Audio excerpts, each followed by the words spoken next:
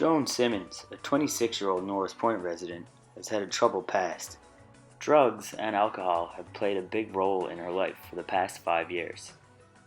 She has recently been evicted for trashing her apartment. Her boyfriend dumped her 2 days ago. She was fired from her job at the Rocky Harbor supermarket for threatening her supervisor. She has recently lost weight and is suffering from insomnia and depression. And her depressed mood has been steadily worsening over the past month. Today, she's been experiencing thoughts of suicide, so her sister brings her to the local emergency department. As the triage nurse assesses Joan, two emergency physicians, Dr. Ballou and Dr. McDonald, and a PharmD, Dr. Warford, discuss ER patient cases.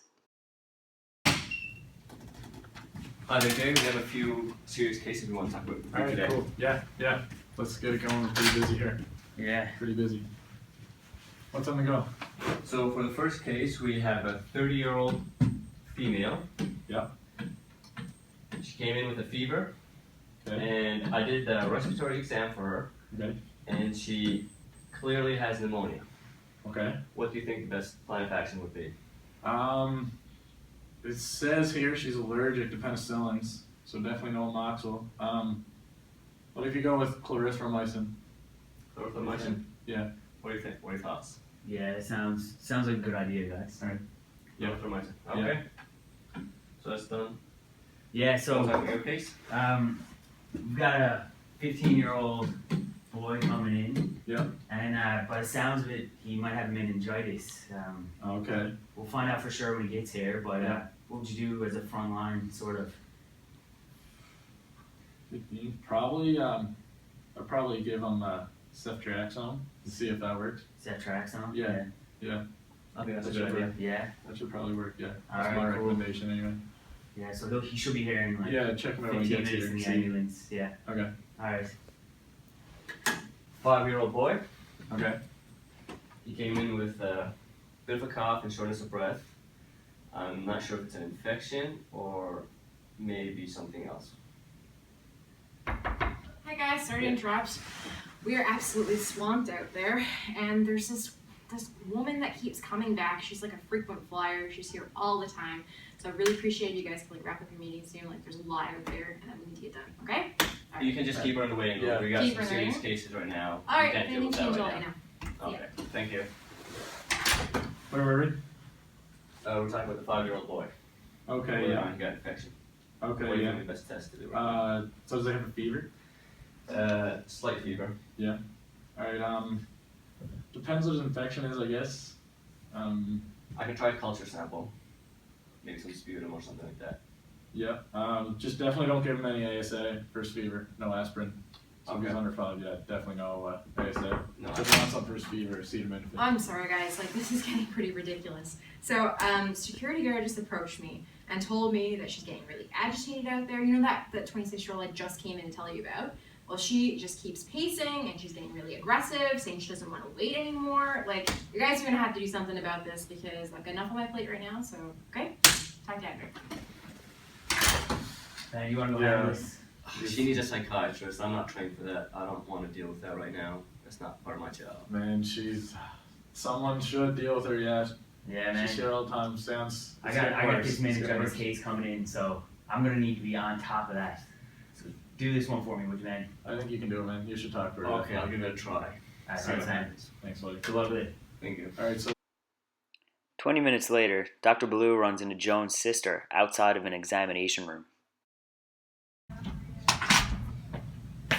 Doctor, you have to help my sister. She's so upset. You didn't do anything. You just made her more upset. I tried everything I can. I told her what was wrong with her. I told her what she needs to do, and she just would not listen. But like, you can't just do that. You can't tell her what to do. She's not going to listen to you. You got to help her. You got to do something else besides tell her. That's all I can do from my point of view. I'm sorry. You need to talk to someone else, or you need to get her some help with a psychiatrist. I can't do anything else. Useless.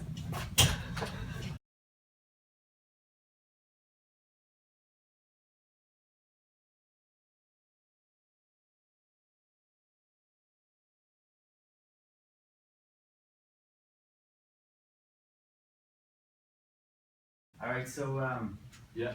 We've got the meningitis patient stable. She came in after we gave her the drugs that you told us to. Perfect. Hooked her up to an IV and everything, and she's after settling down a bit. Alright, cool. Same with the pneumonia patient. Yeah, your recommendations were great. I'm better? Yeah. Good. Awesome. Man. Good to hear. What's going Hey, on? how's it going, buddy? That was a huge waste of time. I went Yeah. in, talked to her, and she just got even more pissed off than she was in the start. I don't know what to do about her. Just let it go, I guess. There's nothing we can do about that. So nothing really worked out? No, I just came in, I told her what was wrong with her. She just wouldn't listen. Oh wow. It's terrible. What she had to say? Anything you listened to her much, or she just... No, I just told her straightforward. It's like, you're depressive, you need these medications, you need to take this, you need to do this. She didn't listen to me at all. What do you think we should do? I don't know, man. I heard there's a new doctor working here. She's supposed to be pretty good with these sorts of situations. Yeah, Dr. Crean? Yeah. Dr. Crean? Yeah, she's new. Yeah, she's really good. I worked with her before, like a few weeks ago, and she was really good with the patients. Maybe she could help talk her down. What do you think? I know you're busy, so she's been only taking on a couple of cases lately where she's just getting her feet wet. Man, if you guys want to try that, sure. Yeah, I think we Yeah, should give sure. her a call and see. She can probably help us out. Yeah, it Talk sounds to her a good, little guys. bit. See. Okay. Alright, You can call her up, I guess. Yeah, alright. I'll go get her. sounds good.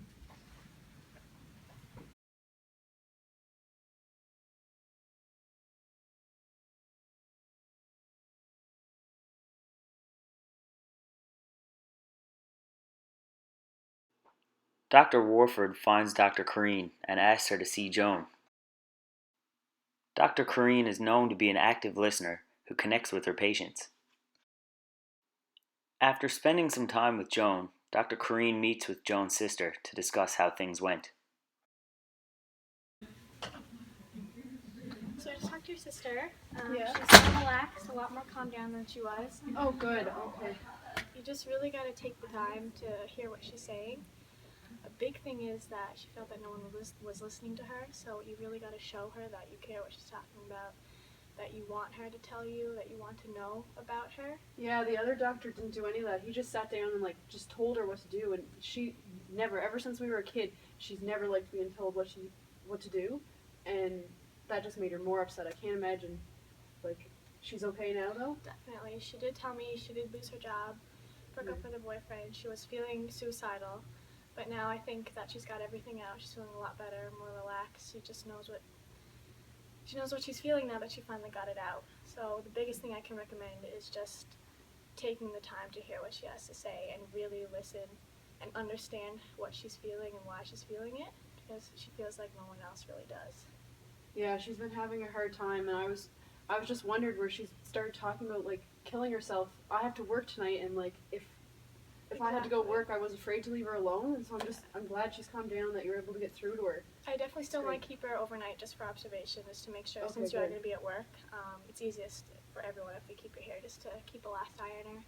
Tomorrow she should be fine to go home. Okay, sounds good. Perfect.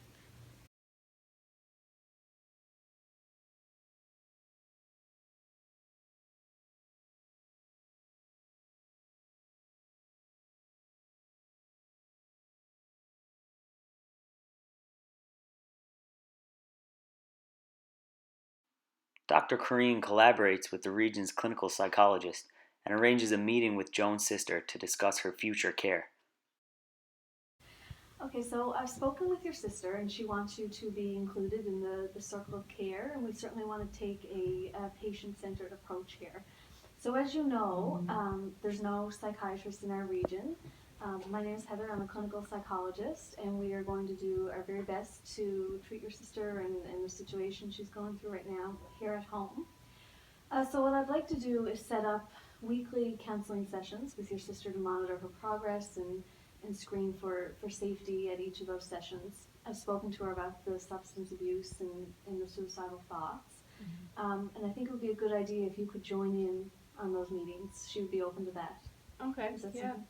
Okay, great. And there's also a support group for people here in the community, those battling with depression, and I'd like to set her up in that as well. Oh, I didn't even know that existed. Yeah, it's a great resource we have here. Oh, okay, that's good. This is way better.